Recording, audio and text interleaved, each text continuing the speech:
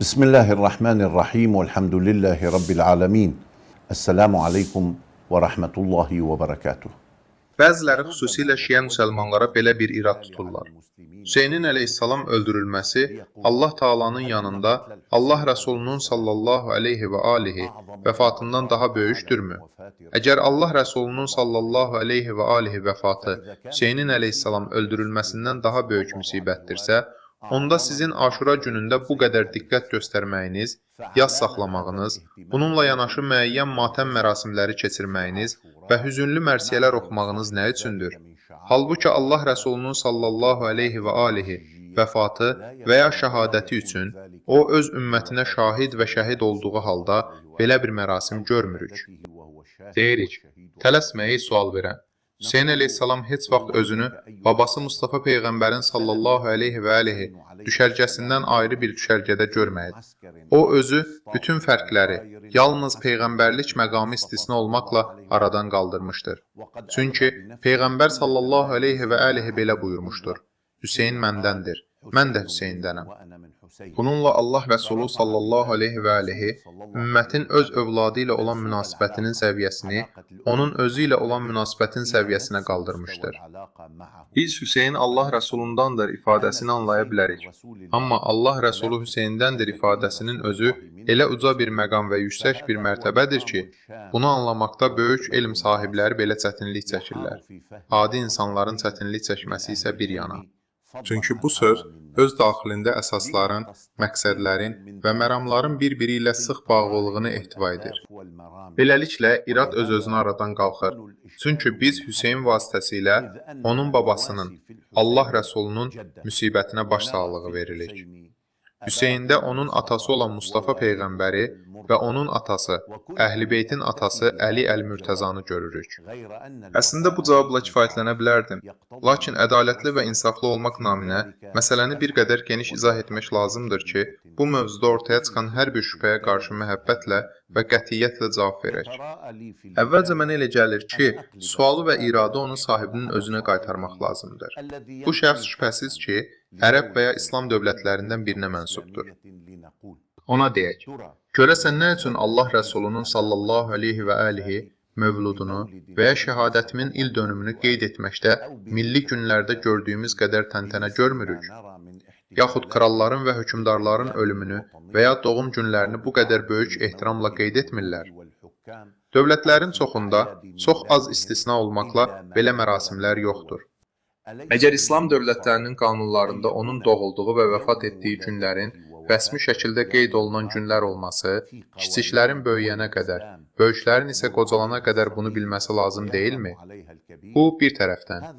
Digər tərəfdən isə biz şiə müsəlmanların məclisləri Allah Rəsulunun sallallahu aleyhi və alihi mövludu və vəfatının yad edilməsindən heç vaxt boş qalmır. Müasir dövrdə kütləvi informasiya vasitələrinin məscidlərimizdə və Hüseyniyələrimizdə keçirilən bütün mərasimləri yayımlaması ilə bu məsələ daha da aşkar görünür. Mən müsəlmanlar arasında bu məsələyə bizim qədər ciddi diqqət yetirən başqa bir qrup tanımıram. Lakin mövzunun əsasına qayıdaq. Bizim üçün bütün müsəlmanlar kimi qəti olan məsələ budur ki, Allah Rəsulunun sallallahu aleyhi və alihi vəfatı ümmətin başına gəlmiş ən böyük müsibətdir. O, bütün müsibətlərin anası və ən böyük bəladır.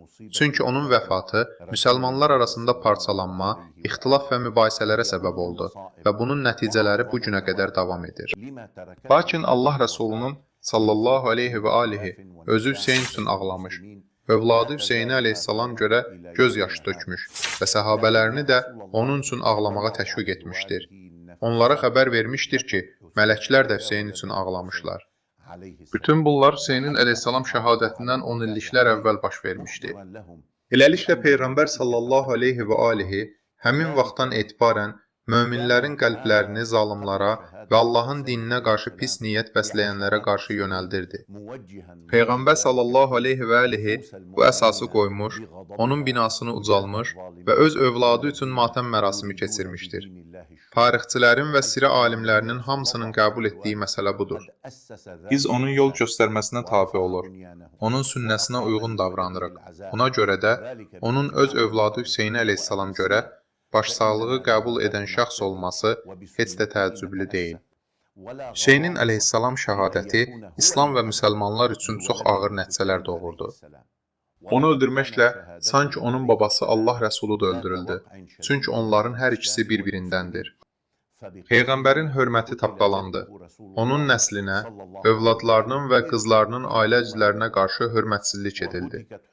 Hüseyn günü Əhl-i Beytdə olan izzət alçaldıldı və onların üzərinə ağır kədər və qəm miras qoyuldu. Doğrudur, Peyğəmbərin sallallahu aleyhi və alihi vəfatının müsəlmanların böyük əksəriyyətinin nəql etdiyi kimi zəhərlənmə nəticəsində olduğu bildirilir. Lakin bununla Kərbəla günü göz qabağında baş verən dəhşətli hadisələr və faciələr müşahidə olunmadı. Allah Rəsulu sallallahu aleyhi və alihi öz yaxınlarının arasında ona layiq şəkildə yuyulub kəfənləndi, dəfn edildi və böyük ehtiramla torpağa tapşırıldı. Hüseynin əleyhissalam günündə isə faciə ən yüksək həddə çatdı. Kinlər üzə çıxdı. Qəlblərdə gizlədilmiş düşmənçiliyin alovu göründü. Bu, Mustafa Peyğəmbərə qarşı gizli kin, Əli Əl-Mürtəzaya qarşı isə açıq düşmənçilik idi. Onların hamısına Allahın salamı olsun. Hətta hakimiyyətin başında duran şəxs Hüseynin müqəddəs başının qarşısında belə məşhur sözünü dedi. Biz onların böyüklərindən olan igidi öldürdük və Bədirdəki məğlubiyyətin əvəzini çıxaraq onu bərabərləşdirdik. Allah Rəsulu sallallahu aleyhi və alihi və ondan sonra imamlar əleyhissalam istəmişdilər ki, Hüseynin şəhadəti özündə bir-birinin üzərinə yığılmış bütün bu faciələrlə birlikdə ümmətin vicdanını daim oyadan bir qüvvəyə çevrilsin. Bu qüvvə ümmətin hətta fiqh və əqidəsində belə dayaq olsun ki, əqidə, fiqh və digər elmlərin quru, yalnız nəzəri və zehni biliklərə çevrilməsinə yol verilməsin. Məhz buna görə də davamlı müsibətdən və axan göz yaşından istifadə etmək, insanları yönləndirmək, onların qəlblərini Allah Taala'nın dinində yaranacaq hər hansı sapmaya və Allahın şüarlarının, o cümlədən yaxşılığa əmr etmək və pislikdən çəkindirmək kimi vəzifələrin dayandırılmasına qarşı daim oyaq və alovlu saxlamaq tövsiyə edilmişdir. Sonra tarixdə görürük ki, Allah Rəsulu sallallahu aleyhi və alihi Səd ibn Müaz, Osman ibn Məzun, Fatimə bint Əsəd, Zeyd ibn Harisə, Həmzə ibn Əbdülmüttəlib, Cəfər ibn Əbu Talib və öz oğlu İbrahim üçün ağlamış və onların ölümünə görə matəm saxlamışdır. Ömər ibn Xəttab da Numan ibn Müqərrin Əl-Müzəni üçün ağlamış və Xalid ibn Vəlidin ölümü münasibəti ilə ağlamağa əmr etmişdir. Ayşə atasına görə ağlamış. Əbu Hüreyrə Osman ibn Əffanın vəfatına ağlamış. Süheyb Ər-Rumi isə Ömər ibn Xəttaba görə ağlamışdır. Bu siyahını daha da uzatmaq olar.